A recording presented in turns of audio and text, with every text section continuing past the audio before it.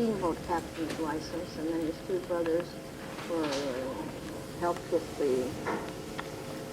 could manage to do other such a work. And so they all three came here, to Kettleson, I should say, not Sitka. And that was in the 1880s. And they were, I think my grandmother came with them, but the children didn't come that time. No, I was like, why all after the date blew me. Then finally, they went back again and came back with family that time. And my father was 12 years old. And the year was 88. It was 10 years before the gold rush. Ended up here. And he was 12 years old.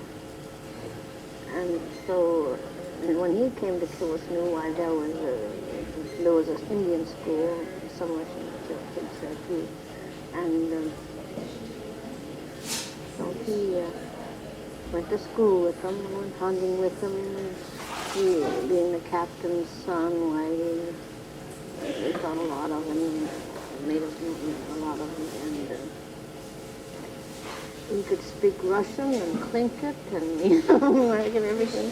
He had this wonderful heritage. They used to take him hunting, gave him an Indian name, and so then he went back to school with some seminary, they called them those days back in, more like a high school, I guess, and finished his education there, and probably junior college. And then he came back as a young man, and then he made 2 trips, not to the Yukon, but to Cook Inlet. He made 2 trips there looking for gold,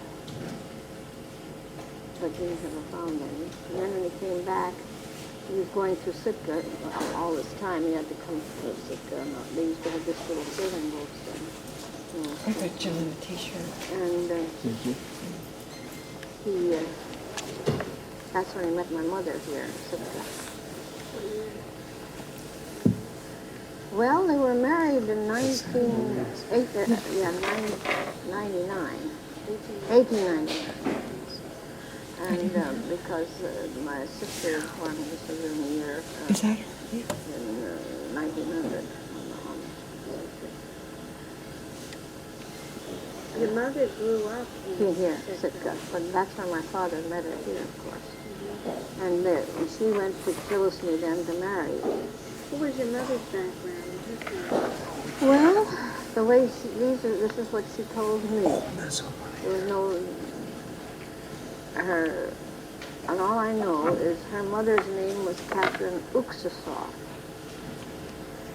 And her own father's name was Hilarion, would be like Lawrence, Hilarion Chubar. And her name, of course, is Marie Chubar. And that's all I know about them. But Is he that what I thought she told? is supposed to have come the way the people told her, that he came to this country. He had been going to a seminary in Russia to become a priest, but this was the land of golden opportunity, and romance and adventure and stuff, so he went away. So he ran away. And then after he got here, he taught school for a while. This Really? was during the Russian Oh yeah. ownership of the land. No, would it be? My mother was born in 77. No, it was after. It was after the purchase. Yeah. And because I was thinking, you were saying that my grandmother would have been born in 67, or 57, common 20 years, The purchase is 1867. 67. 67. I see. So your grandmother actually was born during the Russian. Yeah, but my mother, if she was born here at all, I don't know. But my mother was born in 77. That's in the church records. She was still. If she was born Where here. was I? Oh, She You were telling was. me about the names of your... yeah. So when my mother had a very hard childhood, her parents died when she was just 7 years old, or 5 years old.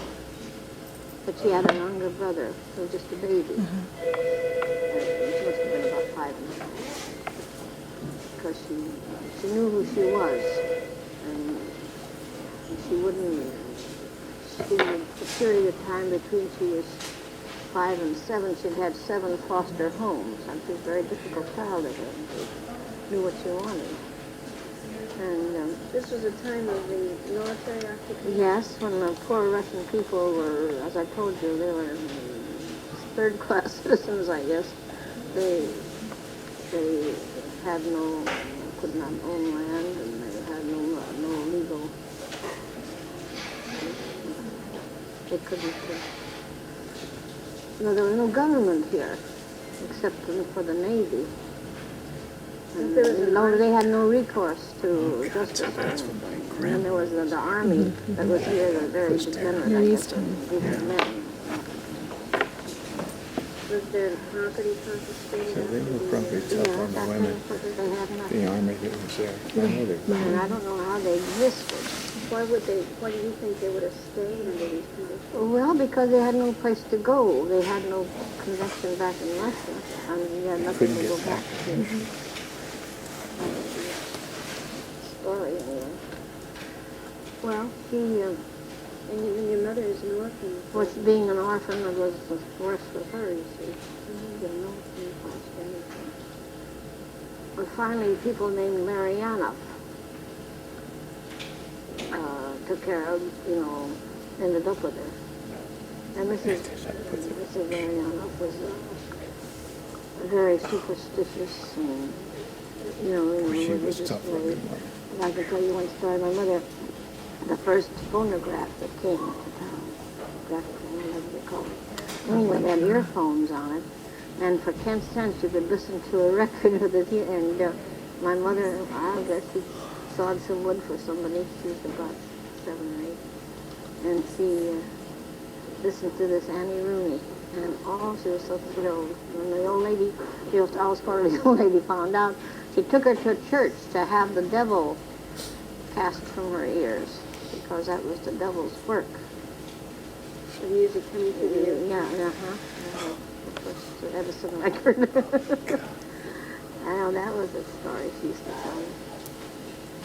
Is that an old Russian woman? Yeah, that's Mrs. Marianoff. But and then my mother had to go to work. I mean, she didn't. When she was about 15, she used to go and work for the Navy people that were here. It's kind of a slavey. But she learned. No schools? And there was a school, and they went to school for a while. I think she went up to about the 4th grade. But she could read and write, and she read well. But there was a teacher here, Miss Pat. One of Governor Brady married one of the Patton daughters, but this was a sister-in-law of the governor. She had the school, and my mother, they had cast-off clothing, nothing fit, and they were clean, but they were just misfit. And she held her up to ridicule before the class. So my mother just left. She never went back to school. And awful things happened to her. And then there was another woman here. There was a clique, the Brady's and, this was Mrs. Arkangelski, whatever her name was, Cohen. They were brewers here, the Jewish young, really nice, because they were fine people.